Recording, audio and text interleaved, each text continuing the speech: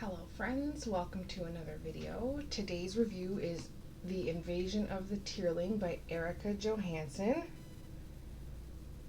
I like the cover with these ladies' silhouette on the front. I'm pretty sure that's Kelsey's silhouette with the background. It's very nice. I got this from my library. It is book 2 of the Queen of the Tearling series. Queen of the Tearling is book 1. I've already done that review. It is in the description box below for the link, and I'll put a link for the third one after I've done the third book. I will read the blurb. With each passing day, Kelsey Glynn is growing into her new responsibilities as Queen of the Tearling. By stopping the shipments of slaves to the neighboring kingdom of Mortmaesney, Kelsey has crossed the brutal Red Queen, who derives her power from dark magic and who is sending her fearsome army into the Tearling to take what she claims is hers, and nothing can stop the invasion. But as the Mort army draws ever closer, Kelsey develops a mysterious connection to a time before the crossing. She finds herself relying on a strange and possibly dangerous ally, a woman named Lily, fighting for her life in a world where being female can feel like a crime. Soon, Kelsey herself begins to change. She does not recognize either her reflection in the mirror or the extraordinary power she now commands. The fate of the Tearling and that of Kelsey's own soul may rest with Lily and her story, but Queen Kelsey is running out of time. So the main characters are obviously Kelsey, her captain of the guard Mace, he's also called Lazarus, her personal bodyguard Pen, her ladies-in-waiting Andalie and Marguerite, the leader of the rebellion who is kind of on, he's on the Queen's side. He wasn't on the old Queen's side or the Regent's side, but he's on Kelsey's side, and his name is the Fetch. Arliss is her treasurer. He's a crotchety old man who's absolutely hilarious. Doesn't give a crap about anyone's opinion. And Father Tyler is one of the priests from the church who was sent to spy on the Queen, but obviously he switches sides.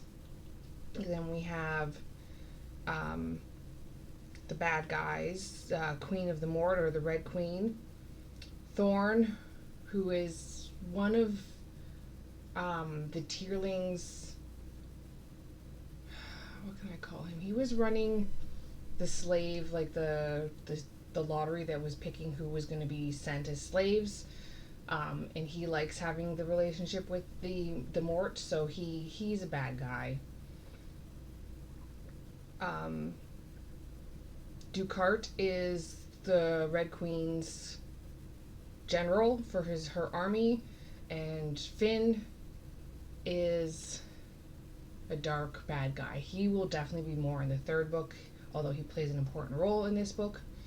And then we have the other side from the past. So Lily's past, Lily, her husband Greg, her sister Maddie, and her bodyguard Jonathan, who is also part of the resistance, the leader of the resistance William Tear, who is the founder of the Tearling, and Dorian is also one of his captains, and she's a pretty feisty girl herself.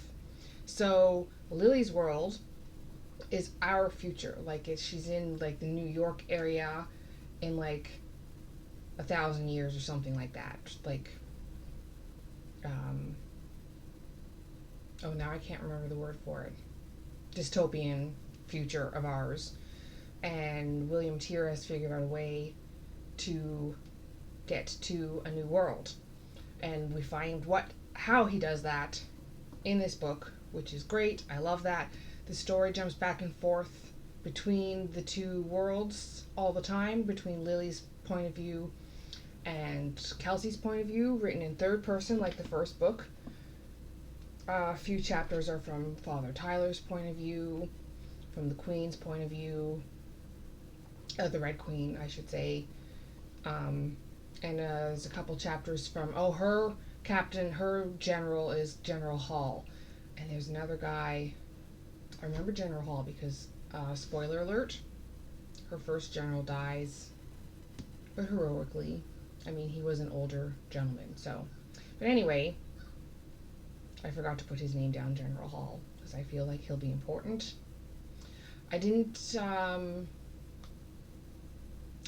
age, I would say like 15, 16 plus for this book. There is some sex in it, but not like smut, not a bunch of detail. Not exactly closed door, but not full out. Didn't give me any real strong emotions, but it's definitely still building the plot and the story. There were moments where you feel you you you feel for Lily and for the stress that's on Kelsey. Lily, yeah, when the thing says in a world where it being female can feel like a crime, like, yeah, like that's exactly what it's like. It's not a nice place. I didn't notice any twists thrown in yet, or I didn't really feel like they were twists because maybe I guessed what they were coming, guessed that they were coming. There's a few spots where you could see the connections between the three ladies, Lily, the Red Queen, and Kelsey.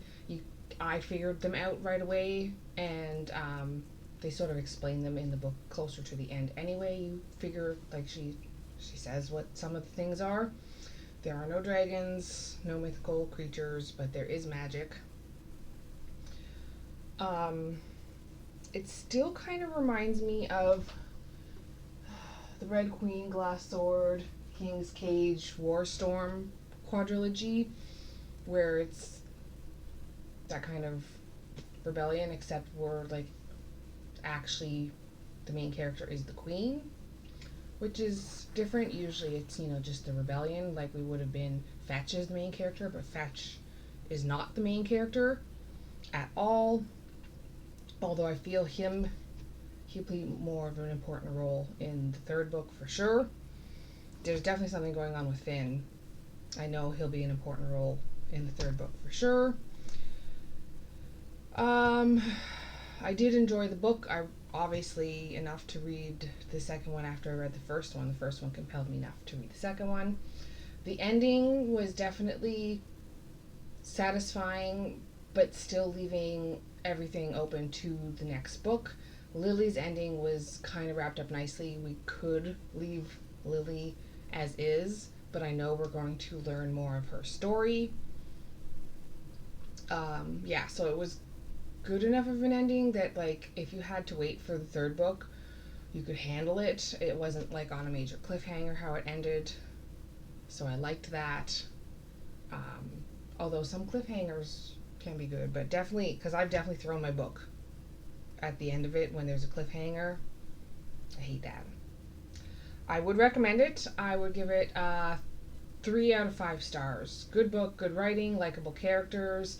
Nothing was standing out really strongly in this one yet, but there's still, like, you can see where the main things that are going to be in the fourth book, you can see where they are for sure. Plot was fairly well paced through the whole book. Some slow spots, some faster spots, especially near the end. Not a crazy page turner. There are spots where, like, I didn't want to put it down, but there was other times when I could put it down and I wasn't like, oh my god, I have to keep reading right now kind of thing. I will probably most definitely not reread this series, but I really am enjoying it and I do recommend it. Anyway, I hope you guys liked that review. Hang around, keep your eye open for the third book because I will be posting that when I finish reading it. Like and subscribe. I really appreciate that as well. And I hope you guys all have an absolutely wonderful day.